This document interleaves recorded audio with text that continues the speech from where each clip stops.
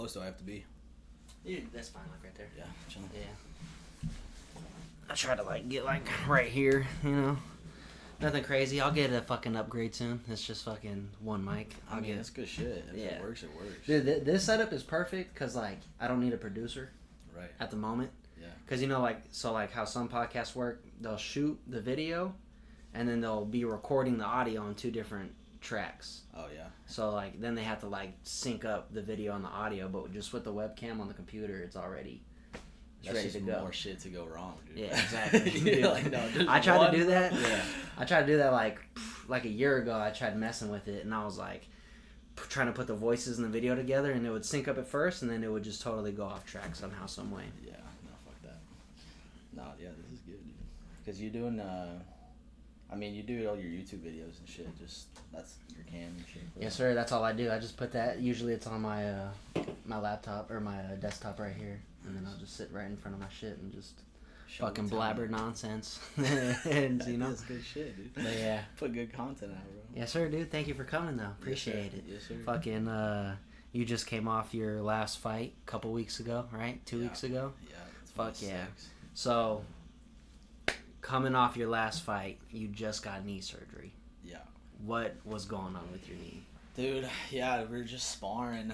Me and Jake were doing rounds, and literally just threw like a teep kind of thing, and my heel just shifted, you know, so my body rotated without, like, my hips weren't with me. It was the foot that was planted? Yeah, the foot that was planted. So I threw it up.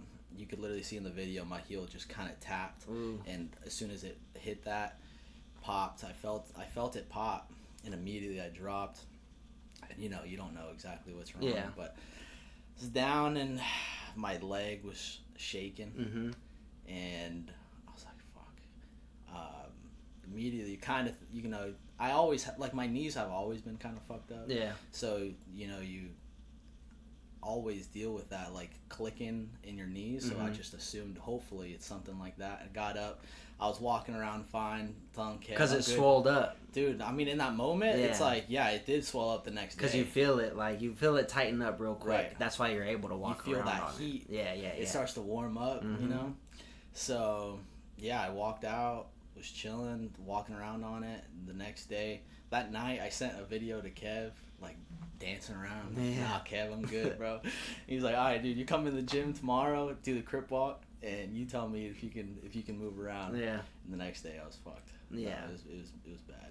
Yeah. And so, from when you injured it, how long did it take you to get surgery? And then when you found out, like, what did you tear initially? Right. Yeah. So, I'm trying to think. It was like, I mean, it was 2 months. Yeah, I knew it was a while before you got surgery because you were coming into the gym with your knee brace on. Right, with my knee brace. I was still, because I was getting ready for a fight.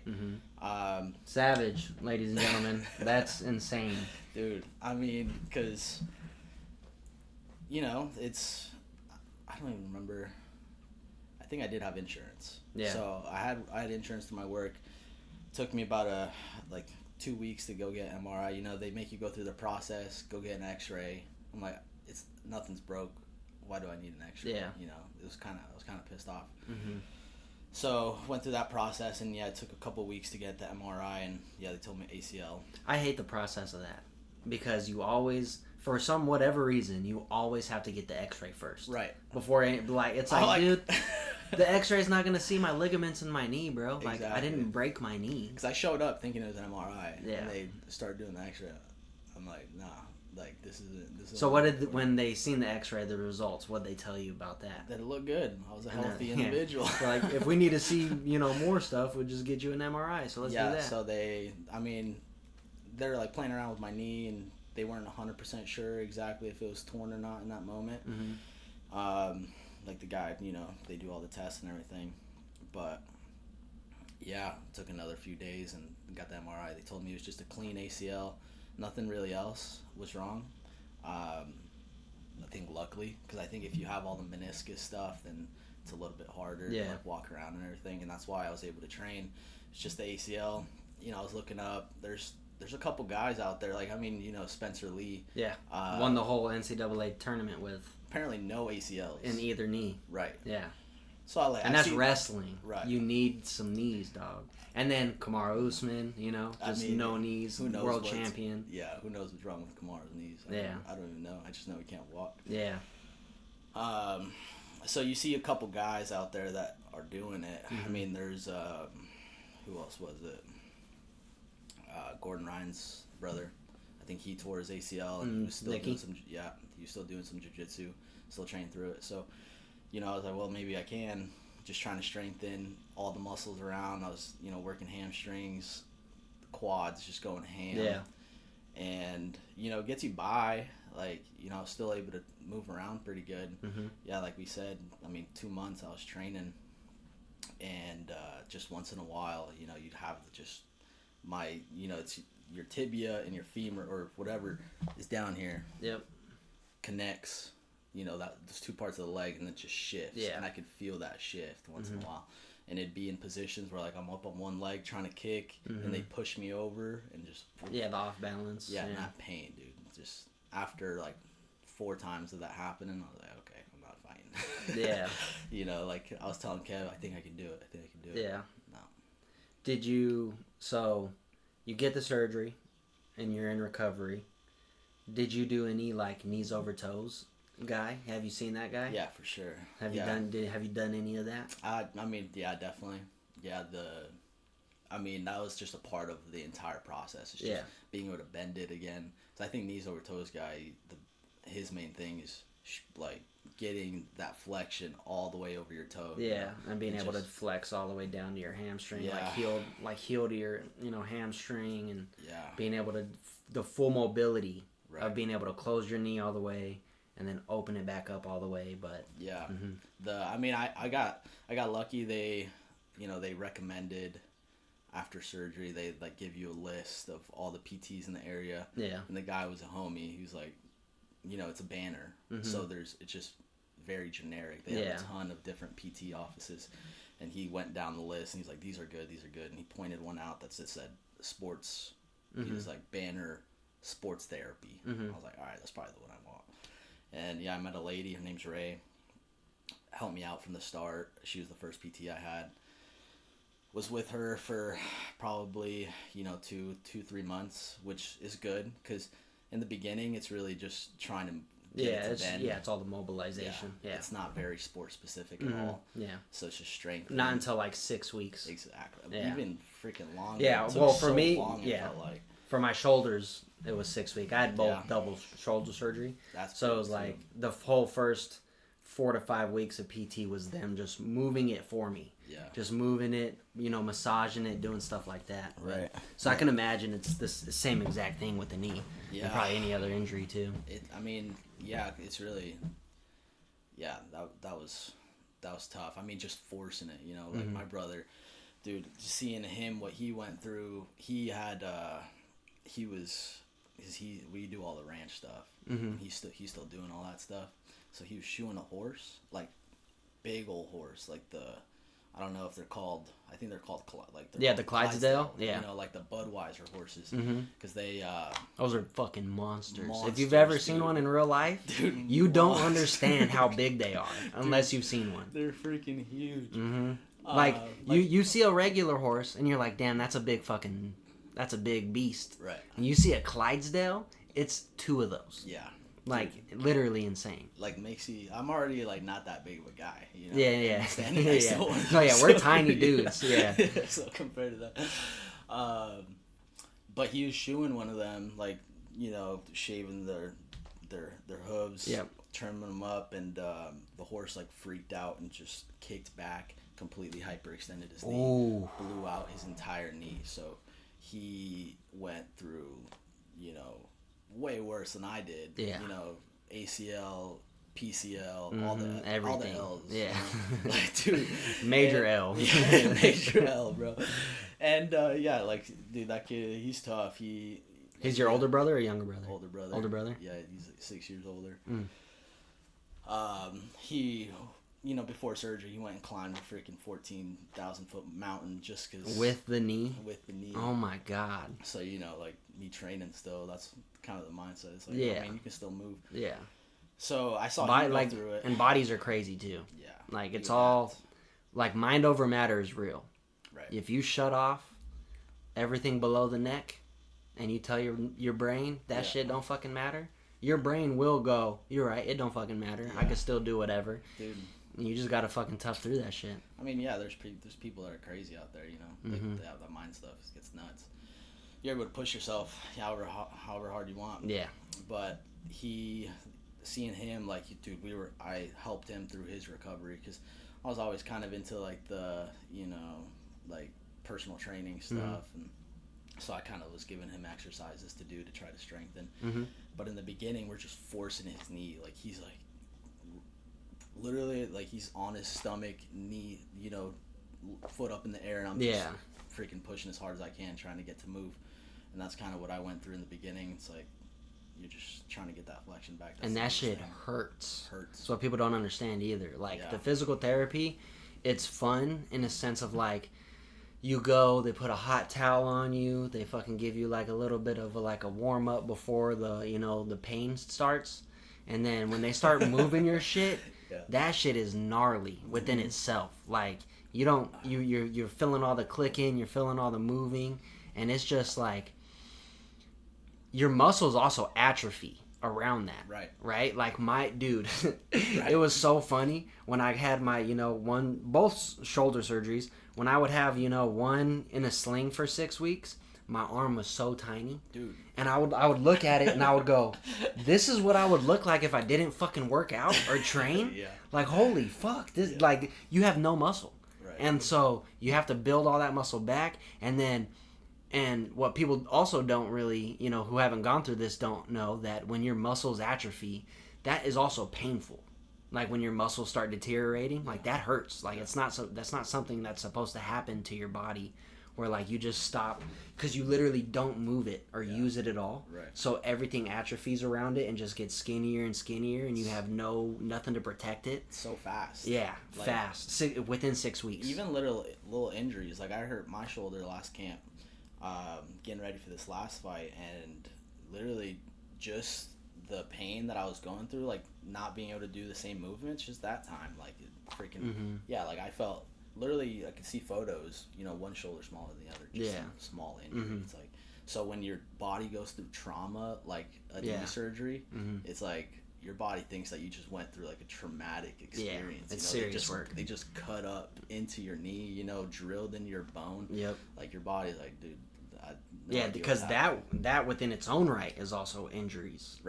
Getting cut open. Like, people don't get that either. Like, dude, that shit fucking hurts. Like, the surgery itself fucking hurts. Well, that's what it was. Yeah, like, they freaking drill. Yeah, because they, you know, connect the upper side with a pretty much, I don't know if it's like a plastic piece or what, but yeah, they just pin it at the top, pin it at the bottom. And I mean, now I think it's a string.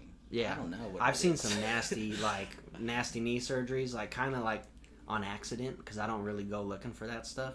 But I seen one, and it might have been Rogan's knee surgery video, where they drilled a hole through the top of his knee and then down through, like, his shin, and they put a fucking, because it has to be like a clean hole, so they put, like, something through it, like a wire, and they move it back and forth to make sure that shit's smooth and clean. And I just, like, I couldn't fucking imagine those videos, that kind of fucking surgery, that the way that would, like, your bone is getting drilled through it. Like, I have an anchor in my tendon, and every now and then I could kind of feel it where it's sore, like, in that spot where I have it. So, but yeah, I couldn't imagine, like, a traumatic surgery. Like, you know, Jeremy Renner, the Hawkeye. That sounds familiar. Marvel Hawkeye. Okay, yeah. He got in a crazy accident, I think last year or 2 years ago, where a big old snow machine, not like a little, like jet ski, Sea-Doo, snowmobile, not like that, like a big snow machine. Okay, yeah. That, like, you could, like, fit a couple people on, like 4 to 5, 6 people. He lost control. He ended up flying over it, and it fucking ran him over the tank tires. You know what I mean? Like, the not just tires. I know like, what you're talking about, like a cat, like a bobcat. Fucking trampled his whole leg, went up, trampled his skull. His eye was coming out of his fucking head.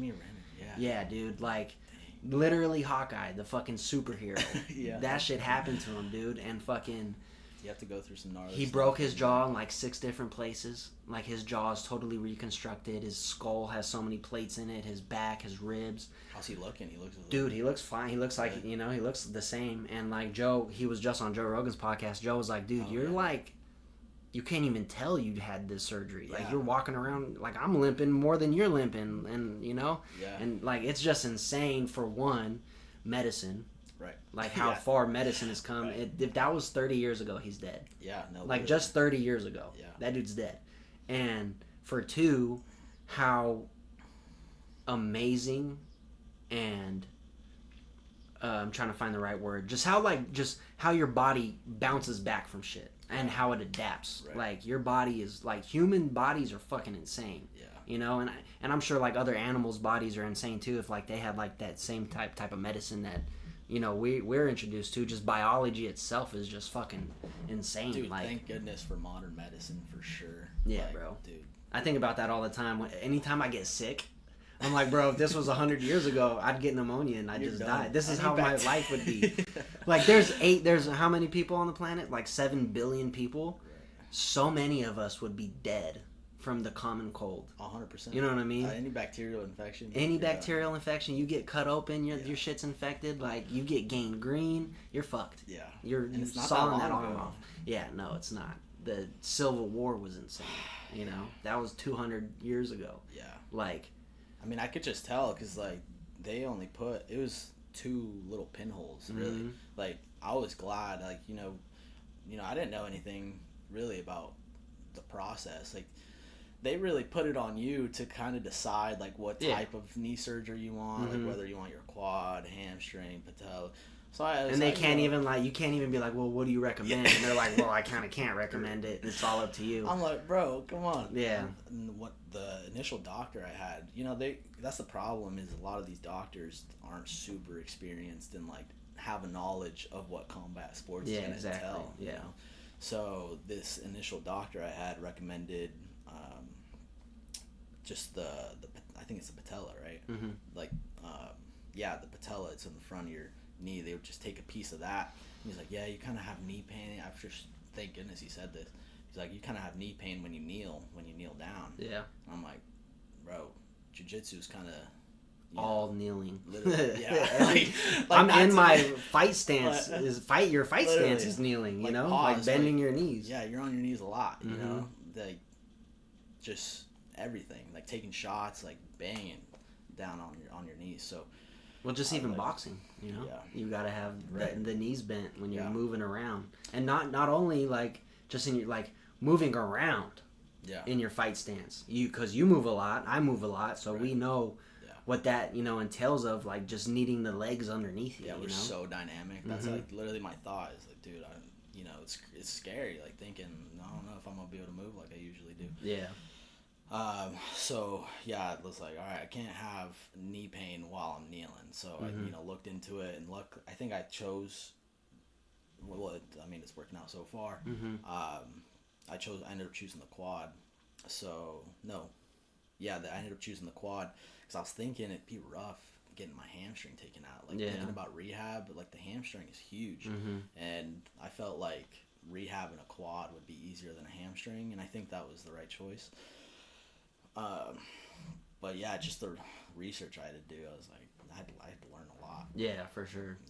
Yeah, dude. And like your point too of like they only put like 2 little holes in you. Yeah. And that shit's excruciating. Yeah. Like same thing. Like I have 2 tiny holes here and 2 tiny holes in the back, and like you cannot fucking move your shoulder. Yeah. For the you can't move your arm, your leg, like for weeks and weeks and weeks of physical therapy. Yeah. So it's just. I'm just glad they did. Yeah, I was thinking it was gonna be like, they're gonna cut an entire slit down my knee. They're gonna fold my shit open. But yeah, it's just the pinholes. And that's how it used to be too. That's what I was thinking. Like, because I've met people with shoulder surgeries, and they have fucking scars from the top of their fucking shit all the way like down here, and they're like thick scars, And I'm like. They're like jealous of me because they're like, what the fuck? You only have 2 little fucking holes in your shoulder? Yeah. And like, dude, it's like, it's insane because like, thankfully I've never like broke a bone. because I don't know what kind of, you know, that's like big surgery there too, where they really got to cut you open and fucking put some shit in there. Yeah, put that thing back together. Yeah, and that comes along with that modern medicine thing. I think it's just in the short period of time, even all the ACL stuff, like they're learning a lot more. Like, you know, doing the grafts and everything. Yeah. You know, I was thinking about getting a graft from somebody else. Like, give me someone athletic. Yeah, dude. But my thing now with modern medicine is like, and you're in the same boat for sure. I hope we make it and we fight for like 100K one day to where we could just go to fucking Waste to Well or go to Colombia or go to Tijuana and just get loaded up with stem cells. Right. That's my fucking dream. 100%. Like, please, I want it in my neck, my fucking shoulders, my knees, my ankles, every fucking joint. I want motherfucking stem cells everywhere. I'm sure that's not covered by insurance, you know? No, I was like, that's what I mean. Like, dude, we gotta fucking make it, dog. We need some cheddar for that shit. Cause, yeah, for real, get a bonus. Dude. Yeah, bro. Like, I need that 50K bonus for sure. Like, that's the first thing I'm doing when I get my first big paycheck from a fight is I'm fucking, you know, God willing, I'm going to a fucking Waste to Well or I'm going out of the country and getting all the stem cells. Like, yeah, because I know they do it in Mexico. You know, I know a couple people, like my mom was talking about a guy, and I don't know if it's like the actual thing. You know, like I want to go to somebody that, you know, maybe like a fighter's already gone to. Yeah. No, there's a spot. The one that Joe Rogan talks about, the one in Tijuana, he knows the doctor and he sends all the fighters there. No, like, that's like that's one of the main guys down in Tijuana, right? Yeah, other than that, if it's not there, I'm going to Ways to Well in Texas. Yeah. Like, I'm going there because then, you know, a bunch of guys go there too, especially all the jiu-jitsu guys now, Gordon Ryan, all those guys, because they're in Austin. They go see Ways to Well, so that's where I'm going. Yeah, like, one of the two. No, yeah, I'm not going. Go to some random clinic in Mexico. Yeah, no, fuck no. I'm like, I don't know. Yeah, no, there's no way. Fucking, so, you get the surgery, you get into recovery. How long after recovery, like once you're fully recovered, you start training again, how long do you feel like you're 100% to where you're like, I think I could compete now? Yeah. Because and it in my perspective too is like, obviously you fought, right? And remember we were sparring and I did a low kick and I was like, could I do that? Right. And you're like, well, dude, I fucking fought. You better be able to fucking low kick me. Because same thing with Christian, Natividad. Yeah. He fucked his knee up a couple times. And there was like a while where he was like, don't low kick me, just make sure, you know, don't even body kick me, you know. So like I had that kind of PTSD when I kicked your leg. I was like, oh fuck, are we good there? Yeah. But so yeah, when did you start feeling like I could take low kicks, I could throw kicks now, and I want to fight? Dude, that's all credit to Greg at Control. Yeah, Control Physical Therapy. He knows what's up. Dude, he's helped me since I was 16. When I was in wrestling in high school, I had a bad knee, my shooting knee. Yeah. I don't know what was going on. It was just sore as fuck. It's just wrestling. It's just, I think it was just wrestling, like wearing my body down because my fucking knee was hurting, my big toe was hurting. Like, it's just my shooting leg. And he totally fixed me up. It's crazy. Yeah. I mean, that's because we're talking about doctors not really knowing what's up. He knows what's up. Exactly. Jiu-jitsu black belt. Yeah, like, you know, that's his thing is you just, I mean, he knows exactly what positions you need to go in. You know, we went up and rolled. You were in certain positions. Like, yeah, one of the most trustworthy people in terms of like physical therapy because he does jiu-jitsu. Right. And he'll do that. So he has mats at his clinic where he'll be like, does it hurt when we're in this position? Let's get in this position. See if you could do some, like with your knee. Let's see if you could do a butterfly sweep. Let's see if you could knee cut. Let's see if, you know, retaining your guard or doing something like that or taking a shot. See how it feels and see what we need to work on. Right. And he'll do that. And I give a lot of credit to him helping me out with my lower back and my hip. He was helping my lower back for a long time. And then we found out that a lot of the pain was coming from my hip. And he's not a hip specialist, so he was kind of like, all right, everything we've been doing, kind of just take a step back. Because we're doing a bunch of things that's loosening your hips up. We need to be tightening those hips up because your left hip is kind of like, it's a little too loose, so that's what you're feeling is like it's shifting. And it's strengthening. Like, my hips are so weak. Like, that's what, I mean, I just have zero hip strength. Yeah. Like, like, if I were to lay down and straighten my leg out, like, just lifting my leg up and down, like, that's an exercise. Yeah. Like, my butt starts to burn quick. I honestly, I hope Greg's not mad at me. because I was going to take a fight in Alaska. And this is totally, I can see how it looks bad. Let me just explain this real quick before we get back to you getting back into your fight. Greg, I love you, and I would never, ever scam anybody, okay? I was going to take a fight for, I think it was AFC, Alaskan Fighting Championships. And these are the most unprofessional people I have ever worked with in my life. And they told us, game on, October. They gave me a date, October, whatever. And they were like, we're going to look for an opponent. Weeks go by, nothing. And my coach keeps hitting them up. One of my coaches, not my coach. One of my coaches in Alaska, one of the best striking coaches you could ask for, says, keeps hitting them up. Hey, you got a name? No, we'll get back to you next week. No, we'll get back to you next week. And so I'm out in Alaska. I have no money. I have no job, right? Thankfully, I was with people who were, housing me and then paying me to just be there, right? And shout out to those people. Colin, I love you. Coach Seth, I love you. But I'm literally, I got like $100, $150 a week. And that's all I have. And I'm like buying groceries with that. And thankfully I didn't have to buy a lot of groceries because I'm doing a lot of salmon fishing. So like I only had to buy like other shit I needed. But I'm trying to get sponsors for the fight, right? Because Jocelyn was going to fly out to see me. I wanted to take her out on this like little excursion for the weekend. I needed some extra cash for that. And also just to be able to pay my coaches and then pay back, Colin and them to like, just for housing me and whatnot. And, thankfully though, they never asked me for any money. They were, some of the biggest hearted people I've ever met. But I ended up getting like 3 different sponsors and they all paid me $500 each. The fight totally fell through. Yeah. And, I sent everybody, what is it? A receipt for whatever it is, a fucking invoice, right? Which is like, hey, this is the invoice. You gave me the money for this sponsorship. This is what the sponsorship's for. It's going to go to this, this, and this.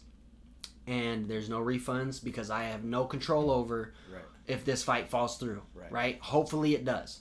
But I just need the money to keep training and survive out here, right? And, hopefully it doesn't. Yeah. Hopefully it doesn't fall through. And so the fight ended up falling through.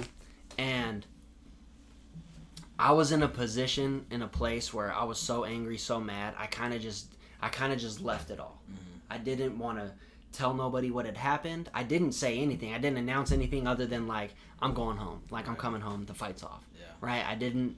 And so I just hope he doesn't think I scammed him because I didn't. And I know my other buddy who sponsored me, the owner of Mavro, I know he knows I would never do anything like that. But the fight just, it wasn't up to me. Dude, because that's literally what I was thinking. I mean, yeah, you get sponsorships 3-4 weeks prior. It's like you have zero control. Yeah. And so the fight fucking falls through and they go, hey, yeah, well, we couldn't get the venue booked because of COVID and a bunch of other people have the venue booked already. And this is like 3 weeks prior. So it's like, you didn't even have the venue? You didn't say that? Like, you just told me a date. Yeah. But there's nothing set for the date. That's crazy. Nothing set in stone. And so they go, maybe we'll have a fight in January. And I'm like, I'm not staying here till January, dog. What are we talking about? Yeah, get the fuck out of here. So super unprofessional. Never really talked to us. But yeah, so anyway, so you're in the process of recovering. Well, after you've recovered and you're training now. Yeah. So you're getting the ball rolling. Right. Yeah. So we're getting it going. Once I started feeling, the strength coming back, just slowly easing back into training. And that's where I relied a lot on Greg and Christian too. Mm-hmm. Yeah, getting Christian Tividad's kind of, they have an idea of because he's already went through it. Yeah, like, and Christian went through it twice. Mm-hmm. And I got to see him come back, fight. One of the other toughest motherfuckers we know. Dude, freaking went 3 rounds. That was freaking sick fight. So seeing that, I'm like, we can do it. Let's go. And it's really because even my grappling is so dynamic. I'm just explosives. Like I rely. I don't want to say I rely on my speed, but that's definitely something in my tool bag. I'm faster than these dudes. So I'm trying to think. It's probably so I took 11 months to come back. That was my fight. Probably for 3 months. I was 3 months before that. I started kind of ramping it up. really it was even taking kicks, something that Greg helped me. Like, just have somebody kick your leg, just sit there, start feeling that movement again. That really, impact. Yeah, it's just about confidence. Yeah, trusting your need. Like, because that's what it is you know, you want to be able to take that step and know that your knee's gonna help you out. Like, 100%. You know, driving or something. So that's the biggest thing. But once, you know, I think it's just because I could rely on them, and that's something that Christian said is, you know, just building that confidence. Once I had that in my mind, it's like, just trust it. You know, trust what you've been doing, trust all the And it's crazy though, because once you do trust it and you feel that confidence back, it's almost like that, where you're like, it really does switch, where you're like, I'm totally confident in taking a leg kick. Right. Like, and the pain, it's like a phantom pain almost. Because when you're like, ugh, and you're like, oh, fuck, that kind of hurt. Once you're like, I trust my leg, I trust the injury is better, you're like, it doesn't even hurt no more. It doesn't feel like how it felt yesterday when I wasn't as confident. Yeah, because it's really like, you know, I don't know nothing. Like, I don't know, because I just, when you initially, you know, have that tear, it's like, you know that there's new, like, pins holding your ACL. Exactly. So just that thought, I'm like, dang, that's pretty sensitive. Yep. And, you know, I was, a week after surgery, I was climbing I was climbing a mountain with my crutches. Like, I was going. Yeah, that's crazy. Like, there's no fucking way. I'm staying home. Dude, like, that, obviously, my family gave me so much crap for that, you know, like, what are you doing? But it's really just like, I mean, I'm going to do what I can. Yeah. Just if I feel pain. Yeah, as long as you don't feel pain. Exactly. Yeah, that's what every physical therapist will tell you. Yeah, so that's kind of what I was basing it off of. But then it hits a point where you're like, okay, I don't feel pain, but am I doing the right things? And that's where you rely on people that actually know what they're doing. Yeah. So, yeah, just once I think it was probably 6 months. It was 6 months where I kind of started easing back into training. And then 6 to 9 months, it's just slowly ramping it up. I probably hit 8 months and I was, you know, pretty much sparring again. You know, initially it's just kickboxing, or no, just boxing. I started boxing a lot, and I honestly am, you know, you look back and you're like, oh, dude, I can't believe this happened, you know, and all that. You can have that mindset, but then it's just like, dude, do what you can, you know, like, deal with what you got. Yeah. Do what you can. And your boxing did improve. Right. Especially the footwork. My hands. Yeah. Yeah, my footwork, my hands, because I was boxing for 8 months. There was points where you were cutting me off. And that doesn't happen a lot. Like, not a lot of people could find the cutoff. Yeah. I'm not going to get into details because we're on video. But there's like, I'm in a position, and then you fucking take the nice angle, and, you know, at the right time, right timing, and it's just, I see it. Because I'm like, okay, that's new. He never fucking cut me off like that before. Yeah. And so you started boxing a lot. Yeah. And when did you start, you know, getting back into, like, the kicking and, like, the more MMA? Yeah, that was probably, again, that was probably 8 months. I hit that 8-month mark, and, you know, was doing boxing sparring pretty, like, I was, you know, pretty much full go boxing. Yeah. And then really it was just like certain wrestling positions, because you got to trust your partners, you know, training partners. Like, I wasn't just going with anybody. And thankfully we have the group of guys we have are very good with that. Yeah. Jake is very good with, you know, not hurting somebody. Billy's very good with, you know, stuff like that. Obviously, me and you are very good with being able to protect our partners. Yeah, we're not just spazzing out, you know. Yeah.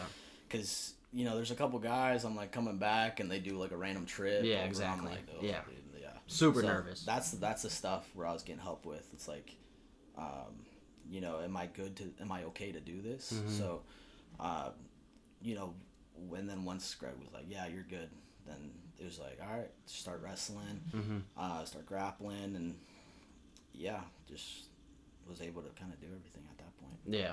So from then on, I was going, and once you get going, it's like, you know, that mindset shift. Like, all right, we're in training camp. Pretty much, I'm getting ready for a fight now. And then honestly, too, you just feel like the old you. Yeah. You're like, I'm good. Dude. It's fine. Like, I have a brand new knee. Like, we're straight. Right, exactly. It's like, I think my knee now is supposed to be stronger than it was. Yeah, know? Exactly. So. And that's the thing, too. With injuries and bodies and stuff like that, like, it will always heal back stronger, you know? And that's one thing that was told to me is like, we're not trying to get you to 100%. We need to get you to 120%. Yep. Like there's a reason you tore your ACL. Yeah. You know? Like you had it already wasn't 100%. Yeah. Mm-hmm. Like you had these deficiencies. Like I said, my hips were weak. Yep. So it's like a chain. You know, everything's connected. Yeah, dude. Ever since I went, because I had really bad back problems. It was a day after sparring Cedric, and I think it was when I picked him up in a high crotch. So one of my favorite takedowns is when I get a single, get around to the back, and they go for the Kimura. Oh, yeah. I go straight high crotch every time. Because Rose Namajunas, right? You Right. pick them up, and they just go forward because they're so tight here. Yeah. When you pick them up, their hands are connected to your hands. So when you go like that, they go forward. Right. And I didn't want to obviously slam Cedric, but it was like in the moment, and Cedric would not weight cutting. He's fucking 30 pounds heavier than us, you know? Right. Me and you are roughly the same size, so when I pick fucking Cedric up, I go, okay, I gotta catch him so he doesn't fucking land on his head. And I caught him, like, I held him, like, controlled on the way down. And the very next morning, I could not get out of bed. Yeah. Like, literally couldn't get out of bed. I couldn't move. I didn't even feel anything that day. I didn't, like, go home. I didn't feel sore. I didn't feel nothing. It was the weirdest fucking thing ever. And it could have been, like, loose, and then I might have did something in my sleep that really triggered it, right? And woke up the next day, couldn't fucking move, and I was like that for, like, 4 days, to where I was, like, just anything, any twists. The twisting hurted. The twisting hurt very bad, but I could bend over. Yeah. So I was like, what the fuck? Right. Like, that's weird. Yeah. I don't know why I could, like, totally bend over, come up, but if any twisting motion happened, it hurt. And then weeks later, it reversed. I couldn't bend over, and I could twist, but I couldn't bend over. So I was like, so then that's when I went to Greg, and what we were doing was helping. It really was. And then we figured out it was my hip. So then I got really, and I didn't go to another physical therapist, but I started doing all fucking bro science, pseudoscience. Like, I just looked it all up myself, how to strengthen your hip, how to, get better hip mobilizations. And there was also this one guy at the gym. I think his name was Jason. I don't think he comes in anymore. I haven't seen him in a long, long time. But he's a physical therapist, and that's his specialty is back and hip. And he gave me like 4 or 5 different things to do while we were at the gym. Did that every day. And, like, dude, it's literally magic. Yeah. Like, it's literally magic. Right. Strengthening whatever is fucking hurting, rather than, like, stretching it and icing it and resting it. Strengthening that shit is, like, that's what fucking fixes you. That's huge. Yeah, just getting blood flow to stuff. Like, because that's... And that's what it is. It's all bro science. You know, you just figure it out. And that's how I get through a lot of injuries, too. It's like, you kind of feel whatever's hurting, whatever position is hurting, and I kind of do that movement. Like, if my shoulder's hurt in a certain direction, I just kind of ease that direction until I can kind of get that strength back. Yeah. Did you ever look up go to any doctor for your shoulder yet? Yeah. Greg. Yeah. He literally got me. Like, it was so you're doing physical therapy stuff for your shoulder now? I'm pretty much done. Like, it's good to go. The thing is, though, you're never done. Right, exactly. Right? You need to be doing... Just today, you need to be doing band workouts. Yeah. Like, trust me. No, exactly. And that's what it is figuring out just what exercises to do. And I was kind of in that boat where I was trying to figure out, like, which direction, figure out what movement. Fucking all of them. Might as well. Exactly. Dude. I went through so many exercises. I have like 20. Just for one band. Yeah. I have like 20. And I'll show you some of my favorites. Because lately, my right shoulder, probably 7 months ago, I was sparring with Lewis, the bigger guy. And he was kind of going a little crazy. So I was like, all right, dude, let me fucking turn up a little bit with you. Right? Because I don't want to get fucking caught with some shit when I'm not ready. Yeah. And I threw an overhand, and he kind of like blocked like Dustin Poirier, and my fucking bicep hit right on his fucking elbow, and that ended up fucking my bicep up, where I was like kind of out for like 3 weeks, and then my shoulder kind of like took a fucking dig to that too, like it didn't really like it, and so since then my shoulder's been kind of weird, but it feels way better after every time I do any of my band workouts. Yeah. I'll go train, and I'm like, fuck, my shoulder hurts. And it, like, I'll feel it when I sleep. I'll get up, and I'll just bust out some fucking bands. Literally, it's so crazy how instantaneously it just starts to feel better, and the next day, the pain is gone. Yeah. It's just... If you can find that exercise, and that's just all I needed, is just tell me what exercise. Yeah. Like I went through all those, I was like, please just tell me what to do. Yeah. And then, sorry. You're good. So you get through training camp, yeah. right? And you beat the fuck out of this dude, pretty much. Like you just it's a one-sided fight. It went well. How'd you feel? Amazing. In that moment, kind of blacked out. Usually, I try to be as present as possible during fights. Before the fights, like as they're calling your name out and everything, we're in the cage. I try to kind of look at stuff, try to get myself present. I didn't do that as much the first round, and just tunnel vision. Yeah, I was just going, and I think it went well. You're always gonna critique yourself, gonna just work with my boxing, just be a little bit smarter defensively. I think I was just crashing in. Yeah. And it worked. Yeah, it did work. Like, the first exchange was a 1-2-1-2. Like, you were just like, a 4-punch combo right off the rip. Yeah, I think, hit some good shots, and I took a couple shots. He never really touched me.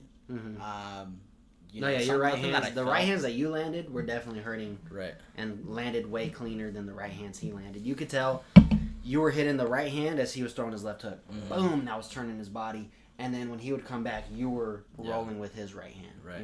Yeah. So I was seeing shots in that second round.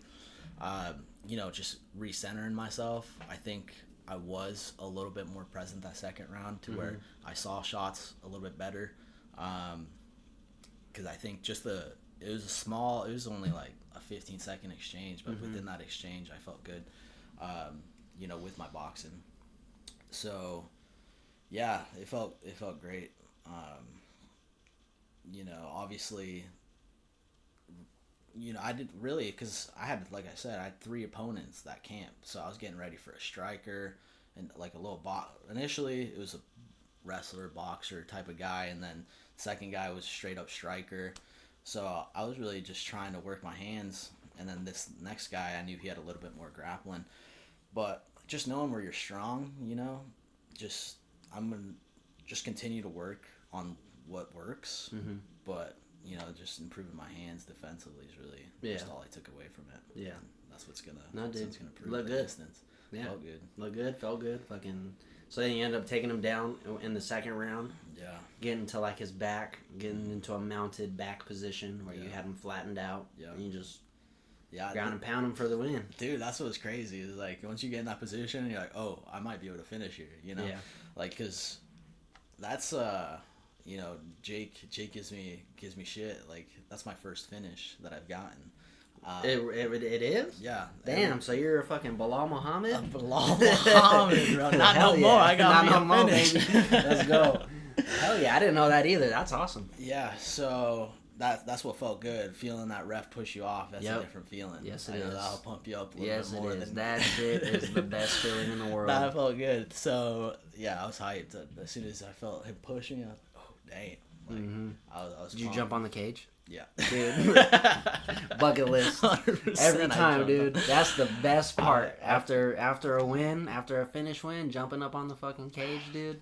That is the best part. Yeah, it was good. I fell off, kind of. I stumbled getting off. It was my first time jumping on the cage. Right? I feel you. It was good. Dude, in my second fight, I choked this kid out, and I jumped up on the cage. And it was for the belt, so I start, doing that. I'm, like, celebrating. And the kid's brother is right there. And he's, like, a little bit more of, like, a gangster kind of kid, like... He looks at me and he goes, I'm gonna murk your ass. And, like, where I come from, murk only means one thing. Like, I'm gonna kill you. Yeah. I'm gonna shoot you. Like, that's what that term from where I come from, that's what that means. And so I look at him and I was like, what the fuck? Like... do you not see your brother laying on the fucking floor right now? Knocked the fuck out? Because he didn't tap. Right. So I was just like, what the fuck? Fuck you, motherfucker. Jumped off. But, you know, it's dude, the crowds at MMA fights, dog, they could get pretty fucking crazy. Yeah, they could get sketchy, man. Yeah. Like, I'm surprised. Honestly, I am surprised. Like, that doesn't happen a little bit more often where, you know, someone tries to retaliate for somebody's loss or something like that. Especially, like, where I came from and, like, the fight did take place in my, you know, hometown, like, neck of the woods. Not in my hometown, but in the general area where a lot of bad things happen. So, I'm honestly surprised nothing did happen. But have a little Khabib McGregor situation. Yeah. Start hopping fences. Yeah. I mean, dude, yeah, because a lot of I mean, it's just the classic MMA stigma, you know. It's like now it's becoming a little bit more of a sport, but I mean, drunk dudes, it's fucking so new, dude. Yeah, it's a new testosterone. Sport. People think they know what the fuck they're talking. People think they're tough because everybody fights. Yeah, you know, that's like it's a human. I could fucking do that. It's a human instinct, you know. Like people have been fighting since the beginning of time. It's just now it's a sport. So. You know, everybody thinks they got that switch in them. Yeah, and boxing is like way more classy. Yeah. You know, you go to a boxing fight, everyone's sitting there. Everyone is sitting. You know, there's not...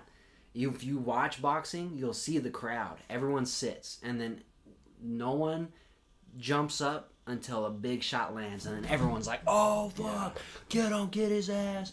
But for the most part, like, boxing crowds are very, very, like... a lot more chill than MMA crowds. Yeah, I mean, there's just a little bit more money involved, you know, within all of it. Because I mean, what you don't get money until you make it. So it's like, and I think some of the more regional stuff, I hear they're getting paid pretty good. That's what I hope so. You know, like. Are you talking about boxing? Yeah.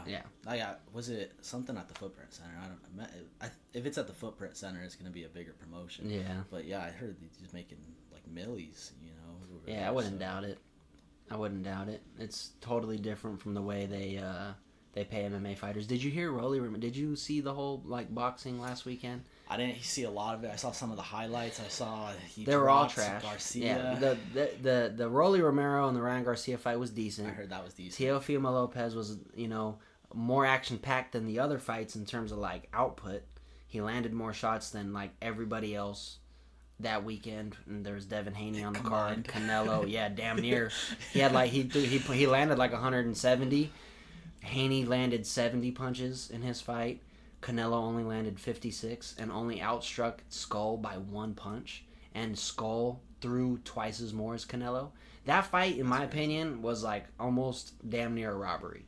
Like, Skull looked like pretty good. A lot of defense. Yeah.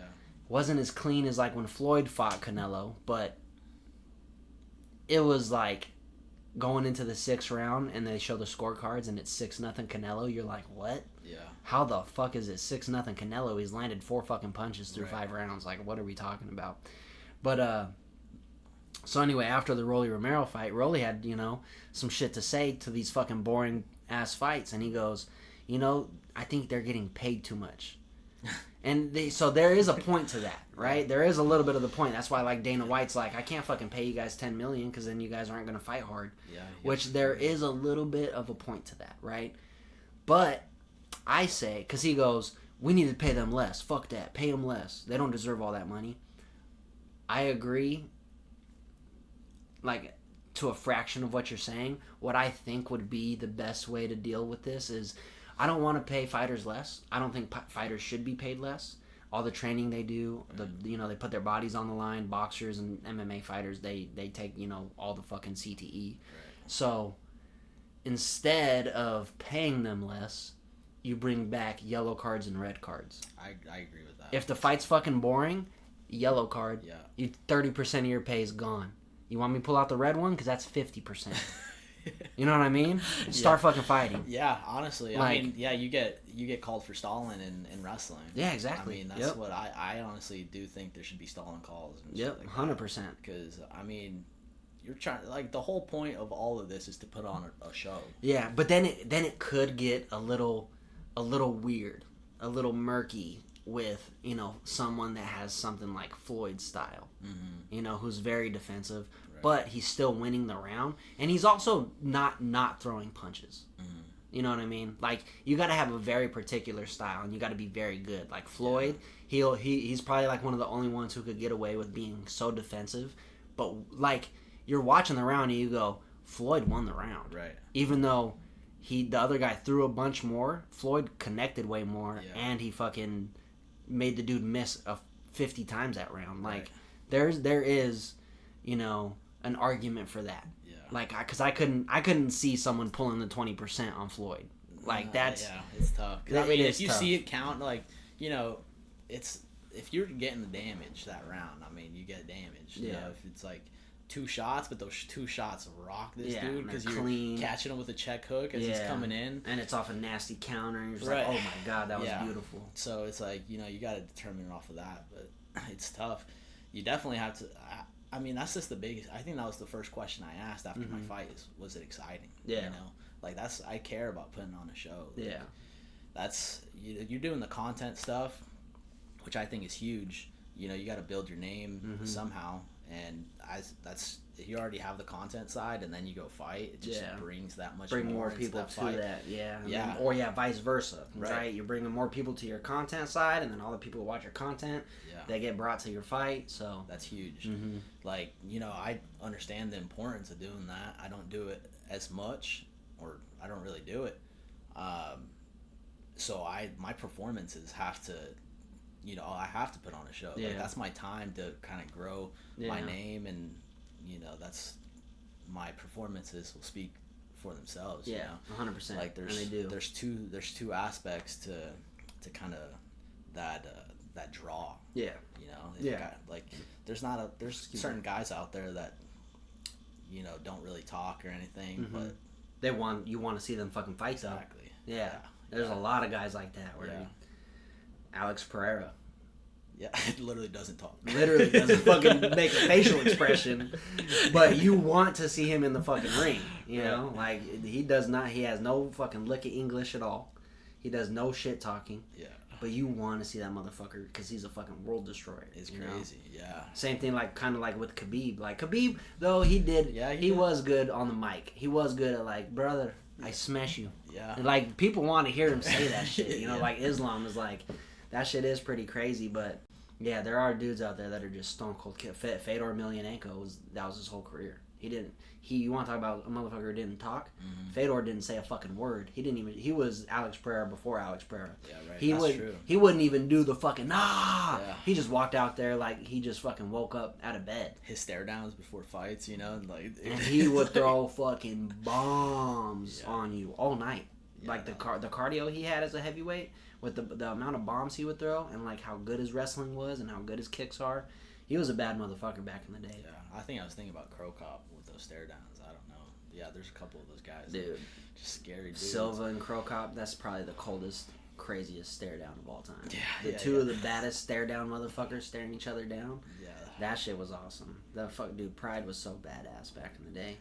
I want to fight in Japan, honestly. Yeah, me too. That's what my top of my bucket list. I think I turned pro, have a fight, here local, whatever here in the U.S., and that's my excuse to go to Japan. It'd be start hitting up promoters over there. Dude, Risen would be sick because Risen is pretty much nowadays Pride, like in terms of like how they run it. They got the Pride girl announcer.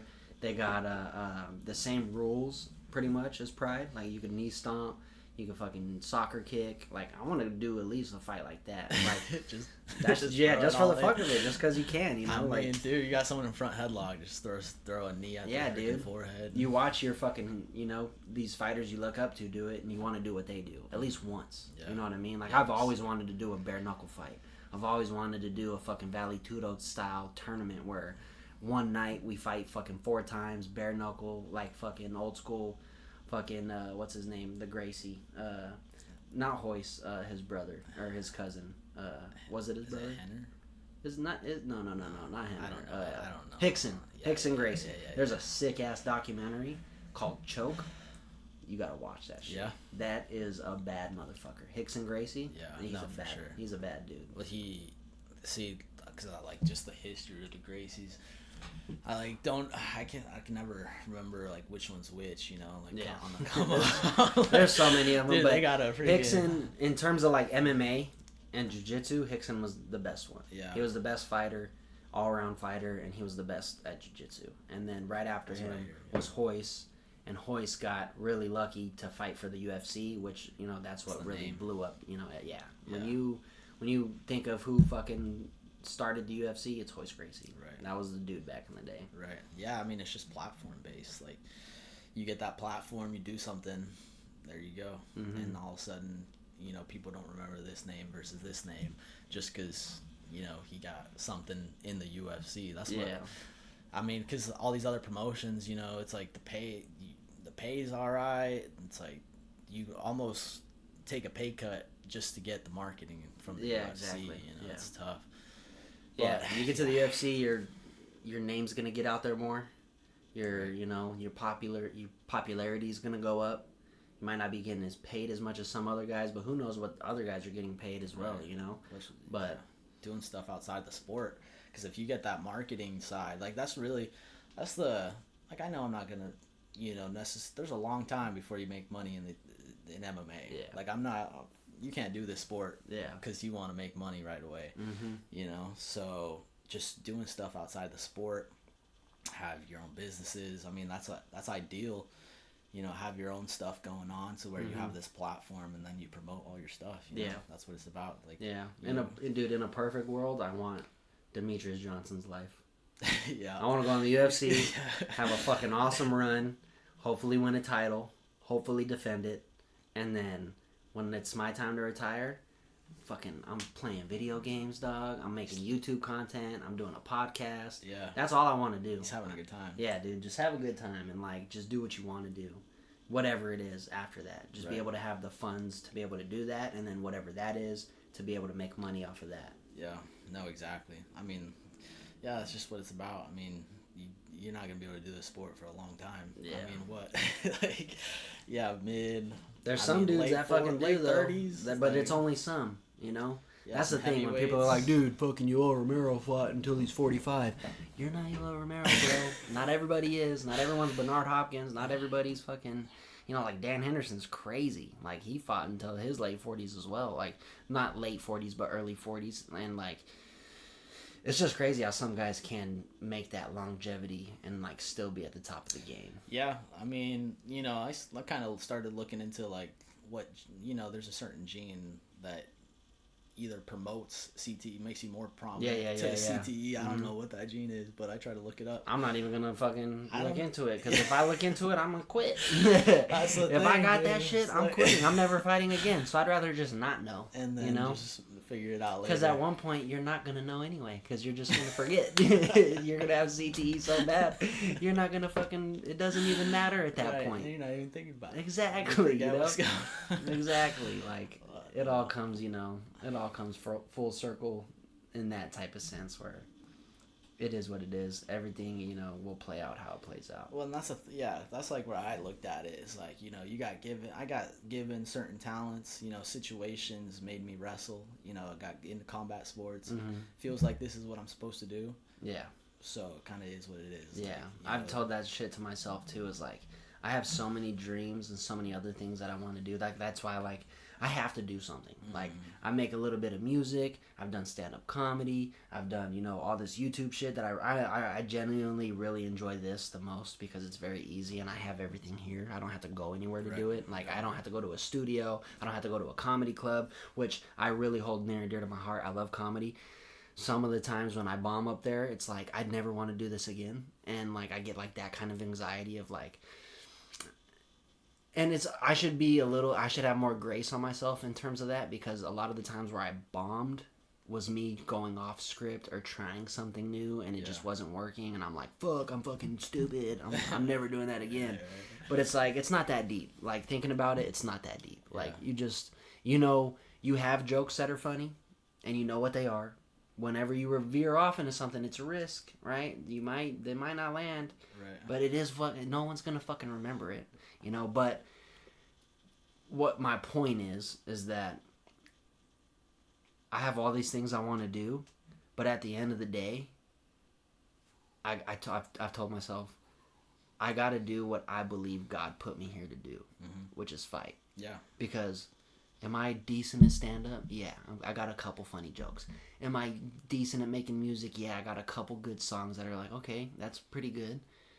But I'm pretty fucking good. Like, pretty fucking good at fighting, you know? Yeah. I'm pretty fucking good at jiu-jitsu. Like, and I've spent all my life studying that. Spent all my life studying jiu-jitsu. Spent all my life studying striking. Spent all my life studying MMA.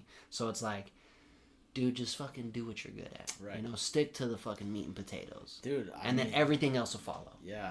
Because, I mean, that's what it is like, you know, you sit, I think that's a very common thing, just thinking about what am I supposed to do with my life, you know? Yeah. And I think I heard somebody a long time ago just say, think back to when you were little, what came natural, you know, what were you doing as a kid that, you know, you were just into? And if you do something similar later on in life that you've just always been into, I think it comes, you know, it just comes on its own in terms of, you know, enjoying what you're doing. And that's kind of what I did, kind of thinking back. I was like, oh, what have I always been into? And just like you know, it's always been combat sports. Yep. It's like, you know, I remember thinking back, I was like probably middle school, Anderson Silva. I mainly use Felix Cano, but my second last name is Cano Silva. Oh shit! And so like me and my brother were like fucking around, like, oh, that's your cut, like, you know, that's our uncle. Yeah, fucking around. And I remember thinking back, even then, I was like, I think I'm gonna do that. You know? Just like I think I could do that for some reason. Like it's just very delusional. Yeah, you know, very delusional thinking. No, 100%. But you know, it's like you've just always been into it. Yeah. So why not follow that? Yeah, the moment I got introduced to UFC was Matt Hughes, welterweight champ, fighting GSP. It was that era. Matt Hughes was the welterweight champ. GSP was about to fight him. GSP beats him. Matt Hughes beats him the first time. GSP comes back, whoops his ass twice, loses to fucking Matt Serra, beats Matt Serra, beats BJ Penn. Right, and BJ Penn at the time was a fucking world destroyer because he was the lightweight champ. Yeah. And so, like, I was totally, like... And at the time, 155 pounds was the smallest weight class. So I was like, I'm going to be a 155-pound champ. Because I knew I was going to be small my whole life. My dad would make fun of me all the time. So I knew, like... And, like... I loved WWE when I found out that shit was, like... Not that when I found out it was fake. I always kind of, like... When I would watch UFC and then watch that shit, I was like... There's something up here. And then when I started to really realize how, like, kind of cheesy it was a little bit, I was like, all right, I'm going to just put all my focus on the shit that's real. And then I really got into boxing first. And I went through, you know, Muhammad Ali, Mike Tyson, you know, Sugar Ray Leonard, all those, that whole era of everything, you know. And just watching YouTube, watching Kimbo Slice fights, like... you know, old school shit. Yeah. And then UFC started getting more and more popular, and, you know, my dad, if it wasn't for him buying the UFCs every time I asked him to, you know, I wouldn't be here where I am today, because my dad, we were on our way to baseball practice, and on our way to baseball practice, we passed this karate dojo every single day, and every single day I was like, Dad, can I sign up for the karate? Because that was when I started watching UFC. He's like, no, you're not going to sign up for karate. I'm like, no. And, like, thankfully he did it. Like, to be honest, I'm not... Take you down that route. Yeah, I didn't... It wasn't the karate route. That was my first thing. You know, which isn't... You know, I'm not knocking nobody. Lyoto Machida would whoop my ass in a karate fight. Yeah, that's a good route. Yeah. But, you know, thankfully, it's all... And this is why it's like I have to do what God put me here to do, because it's all fate. And I believe in fate in a sense of, he didn't sign me up for that class, and then there was one day I told him, Dad, if I beat you in a fight, you have to sign me up for that class, or if I make you tap out, right? And he was like, okay. And I was dead ass probably 11, 10, right? And he just holds me down, and he's fucking choking me, kind of like, you know, like that. Or no. He put his forearm, he's kind of bread cutting my fucking throat in side control, because he fucking loved UFC too. So he was like, he knew kind of a little bit of what to do just from watching. So he's fucking shoving his forearm. My dad's a big guy, big guy, shoving. He wasn't trying to hurt me, but he was trying to get me to tap out. I ain't fucking tapped to that shit. I wasn't gonna tap. I was gonna die on that hill. You're not gonna beat me. I'm signing up, you know. And I think that moment he realized this fucking kid loves this. Like, he really wants to do this. Because I was really trying to choke his ass out, and he didn't give a fuck. And so, just by fate, right, a string of luck, Barack Obama gets elected as president. He does a bunch of budget cuts. That ends up affecting my dad's job. He gets let go of this job he had for 20 years, and he was a big boss. My dad had a very good job. He built this house for me and my family, literally from blueprint to fucking him working on the house ground up. He built the fucking house. It was the coolest fucking house of all time. Lost it within 3 years because of that shit. My dad was devastated, sold everything that he had just to make any money back. We ended up moving to Casa Grande because I lived in Arizona City, Eloy. I grew up in that area. Moved to Casa Grande my 7th grade year. In the middle of 7th grade. I had to move to Casa Grande. I'm away from the school I used to go to. I still go to that. I was still going to that school. I was going to finish there and then, transfer to a Casa Grande school. The house we moved into, not even 3 minutes away, jiu-jitsu gym. And it was a purple belt under Gustavo Dantes, who had opened up his own gym, and fucking that led me to it led me to Gustavo Dantes, which led me to Coach Steve, which led me to Arizona Combat Sports, which led me just it's just all happenstance. The cards fell in this direction, right? It's so in my opinion, it's like, dude, this is fate, bro. You're fucking meant to be a fighter. Yeah, like you were put on this fucking earth to do this thing. And like, dude, I haven't fought in 5 years, and getting this fucking accepted, getting this fight accepted, like, so when I was, starting jiu-jitsu, doing the tournaments, my first ever match, flying armbar, 15 seconds, white belt. No business of doing that shit. I had no business doing that, but I did it, and it worked. Yeah. And my dad, going to every tournament that he paid for, he would fucking drive me to Gustavo's once a week, which was an hour drive, because Gustavo fucking believed in me, and he's like, don't worry about it, just fucking train. I was surrounded by a bunch of people who believed in me, and my dad goes, before every tournament, he goes, what time is it? Fucking showtime. Yeah, and that's where it stuck, to set showtime. And so, full fucking circle. Right, it's been a long time. There's been ups and downs. There's been a lot of injuries. There's been just life. But hopefully getting my pro debut at APFC, Anthony Pettis, aka Anthony Showtime Pettis, a dude I fucking idolized growing up. Right. And I didn't take his nickname. I didn't want to take his nickname. It was just given to me by happenstance, by just the way I perform. Yeah. Right, and it's always stuck. And so, when I got the news that we're going to get on that fucking card, we're going to get a fight, dude, every morning since, the moment Kevin goes, we got names. Dude, I cannot think about anything else. Dude. I woke up this morning, I played all my walkout songs I've walked out to on the way to work, and I'm almost tearing up out of, not even sadness or happiness, but out of excitement. Right. Like, I'm so fucking excited to get in there, because I just want to fucking show the world who the fuck I am. This is fucking time. It's meant to fucking happen. Seth Showtime Wheeler debuting for Anthony Showtime Pettis. Like, it's just supposed to happen. Dude, that's fucking sick. I mean, it's literally like you're saying, fate, dude. You just gotta follow that path. Yeah. You gotta follow the path that's there already. You know? It's like, that'd be so sick. And 100%. Dude, I'm freaking hyped. This card is gonna be a sick card. We got a lot of guys on that card. I'm trying to get on that card. Dude, it'd be so badass if we got all of us on there. It's funny, the fucking the matchmaker ended up hitting me up when I was at Circle K the Quick Trip getting the yerba mate before we sparred. Yeah. And he hit me up and he's like, hey, a bunch of people are tagging you on the post. Like, do you want to get on the card? And I was like, yeah, I mean, actually, we got a couple names thrown at us by Kevin Natividad. And then the dude was like, oh, shit, that was me. I actually sent him those names. And I was like, hey, do you mind sending me the names? And he goes, yeah. And he sends the pro fight, which is the one I'm going to take. And then he sends me, a couple of amateur names. And he goes, we got Joe Corrigan, we got Felix Cano. And then in parentheses, he's like, I think that's your teammate. And I was laughing. I was like, fuck yeah. That's sick, though, because, like, you're in the fucking mix. You know what I mean? Like, your name's in there. It's in the hat. Yeah. So I mean, it's literally...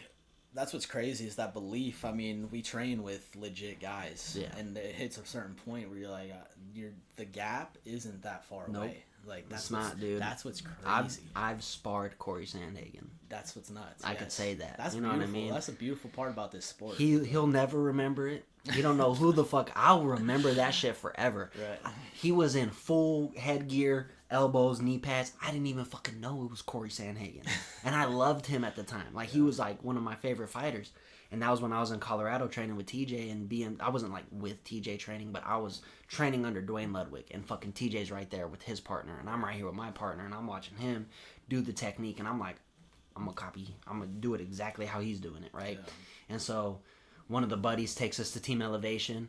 We're sparring a bunch of different people. Like, I sparred, like, fucking 3 UFC fighters, three guys that are on their way to the UFC, guys that are already in the UFC. And so we're leaving, and my buddy that brought me goes, who'd you spar? And I was like, well, I sparred this guy, seen fucking the dude across, they still don't even know it's Corey. And I'm like, oh yeah, I sparred that guy. Ooh. I was like, oh yeah, I sparred that guy. That was actually a really fun fucking session. That was my favorite one of the day. And he looks at me, he's like, you sparred Corey Sandhagen? And I was like, that's Corey Sandhagen? And he was like, yeah. And I was like, yeah, I sparred Corey Sandhagen. That was fucking sick. And, like, had some, like, success on him, you know? Like, not trying to, it's sparring at the end of the day. But in terms of, like, the gap isn't that fucking far. Yeah. You know, I'm like, now I'm like, oh, I could fucking hang with these dudes. Right. Like, that shit is not as far as I think it is. It's fucking right there, you know? And, like, you just gotta believe in yourself. You gotta rise to the occasion. You know, like, that's the number one thing why TJ Dillashaw is probably going to be my favorite fighter of all time, despite whatever happened, right, with the EPO, which I don't condone. When he rose to the occasion during the Renan Barão fight, when everyone was like, this dude's going to get fucked up. Renan Barão's on a 30-fight win streak. This dude's going to get 8. He just beat the shit out of Uriah Faber. There's no way TJ. And he goes in there and beats the fuck out of him for 5 fucking rounds. Yeah. Beat out, and not just beats the fuck out of him, the performance he puts on, no one has ever seen striking like that. The way he was switching stances, the way he was, up and down with his level changes, the combos he was throwing, no one's really ever seen before. And, like, totally, in my opinion, changed the game. Everyone's doing these stance switches now. Everyone's, kind of fighting like him and Dominic Cruz at our weight class. And like Izzy has like a bit of that. He's like a bigger fighter, like in terms of like weight classes, who has that kind of style of switching, being like a snake. You know what I mean? And that shit just changed my entire perspective on the fight game. And I was like, I fucking need to get with Dwayne Ludwig. I need to learn that system. I need to fucking do that. And rising to the occasion, never letting the occasion get bigger than what it is. Right. Because it's not. At the end of the day, we've been doing this our whole fucking life. Don't let this fucking lights, don't let the glamour fucking fool you. We're in a fight. Yeah. How many fights have you been in? We're doing the same exact thing. Right. Just fucking show up. Yeah, it's like Chael Sonnen talks about, walking on a 2x4. It's like you can walk on a 2x4 on the floor all day. Yeah. You put that sucker 15 feet up in the air, and all of a sudden something gets a little shaky. Yep, but it's like it's the same fucking thing. We've been doing this every day, and we do those rounds. We do rounds every week. It's like, you gotta come back to that. Believe in your technique, dude. Just believe in the work you put in, and just rise. Just rise to the fucking occasion, because if you don't, you will get swallowed by it, and you will not perform. Yeah, and that's the biggest thing, dude. Like, I just ask before every fight. I'm like, please, just let me perform to the best of my ability. That's all I ask, is just let me put myself out there. Yep, same thing. Literally, like, in the back, I'm praying, and the things I'm praying for is God give me the strength, God give me the speed, God give me the focus. Just give me everything I need to perform. That's it, and I'll handle the rest. If you give me all that tonight, even if I lose, I know that I fucking went out there and tried my best. You know? I mean, that's this sport's, 65, 70% mental. You know, it's 100%. Like who can show up that day of the fight and you know, really dialing that in. Yeah, dude, because at the end of the day, any given Sunday, right? Any given Sunday, right? I could beat you one day, you could beat me the next day. Yeah. Like one night doesn't define you, you know, and it sucks because like in fighting, it'll be cemented in history as that, you know, you beat me that day, and when we might not ever find out who the best is, because you know, like guys like Magnus Carlsen, like the chess guy, he goes, "Fuck one chess match. Let's play 100. Yeah. Let's play 100 chess matches and see who's really good." Unfortunately, we only get one chess match every 4 months. Yeah, exactly. Our brain doesn't do 100 chess matches. Like, dude, it's tough because you just go 8 weeks, you know, training your ass off, and you have 9 minutes, 15 minutes to show up, and your entire career is based off that 15 minute moment, dude, and it's brutal. I mean, there's other sports they compete every day, like every other day, every week. It's like, and you have to have that mental capacity too to like take that fucking L, take all the shit talk that comes with it from all the fucking wannabe fighters out there, and all the fucking guys who think they know what the fuck they're talking about. You know, you gotta fucking be able to be gracious in your loss too, to be like, dude, brush that shit off, get back on the fucking high horse. The loss does not ever define you. You know, never. Every fighter that we know, if you're not Floyd Mayweather and you're not Khabib, that's it. It's not everybody's gonna go undefeated. You know what I mean? Like it is what it fucking is. It's 1% of people who will go undefeated. Dude, yeah. 99% of people will lose. Right. And that's fine. You know, the greatest fighters of all time have lost. You know. Well, John Jones. Let's throw John Jones in there. He's never lost, right? Probably lost in wrestling, I'm assuming. Yeah, he's had to lose something at one point or another. You know, Gail Sanders before he lost, or before he went undefeated at Penn State 4 years in a row, or not in Penn State, but when he was in college, he had to lose at some time in his fucking career. It's not like he's never lost before. Yeah. But yeah, I mean, it just sets you up for success. I mean, yeah, you learn so much from losses. Exactly. There's no loss, it's only learns. You know, you're only learning. Every fight, I mean, you come out, you know, like I said, I mean, that performance went well, but then immediately it's like, all right, back to the drawing board, figure out what, you know, what can we can improve. And that's just exponentialized when you lose, because then you're really like, damn, all right, what are we gonna do? You start looking at everything that you did that fight. It's like an injury.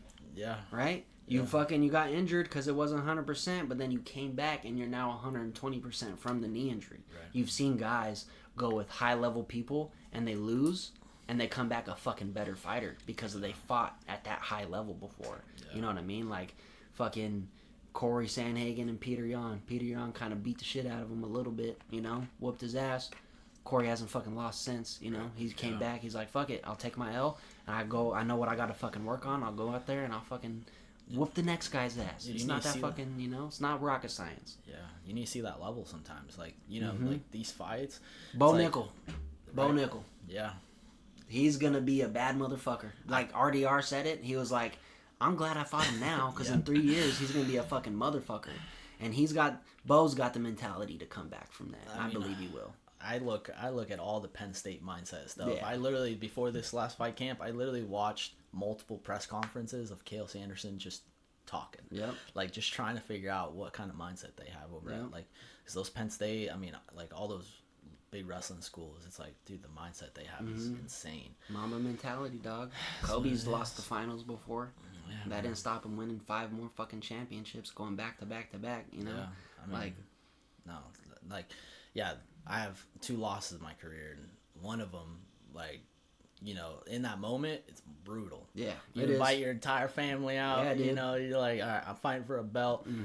You know, my aunt's flying down from Mexico. Like, let's go, and you lose in front of everybody. It's brutal.